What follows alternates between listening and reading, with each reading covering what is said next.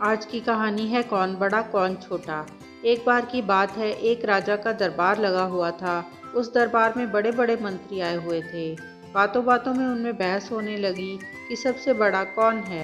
कोई कहने लगा कि उसके पास बहुत धन है इसलिए वह बड़ा है। किसी ने कहा वह सबसे ज़्यादा बुद्धिमान है इसलिए वह बड़ा है। इस बहस में राजा भी शामिल हो गया।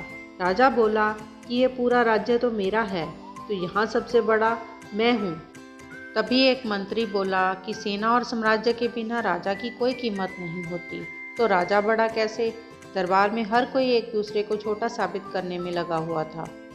बहस बढ़ती ही जा रही थी और राजा को कुछ समझ नहीं आ रहा था कि क्या किया जाए। थोड़ा सोचने के बाद राजा बोला कि इस राज्य के बाहर जंगल में एक ऋषि रहते हैं जो बहुत ज्ञानी हैं।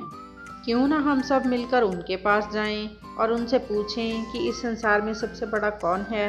राजा की बात सबको सही लगी और वे सब जंगल की ओर चल दिए।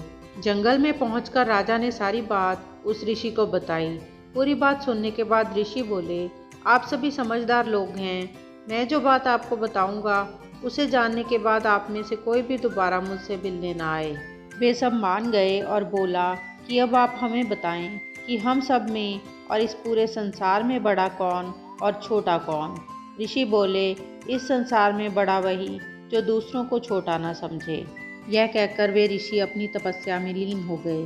हर किसी को ऐसा लगता है कि मैं ही दूसरे से बड़ा हूँ। पैसे में, रुतबे में, मेहनत में, समाज में, इज्जत में, न जाने ऐसी कितनी ही चीज़ों में। आज की दुनिया में कोई खुद को छोटा नहीं समझता। हर कोई अपनी नज़र में खुद को बड़ा ही मानता है। इसलिए बड़ा वही होता है जो दूसरों को छोटा ना समझे। अगर आपको यह कहानी पसंद आई तो इसे लाइक और शेयर करें और ऐसी और भी कहानियाँ सुनने के लिए हमारे चैनल को सब्सक्राइब करें। धन्यवाद।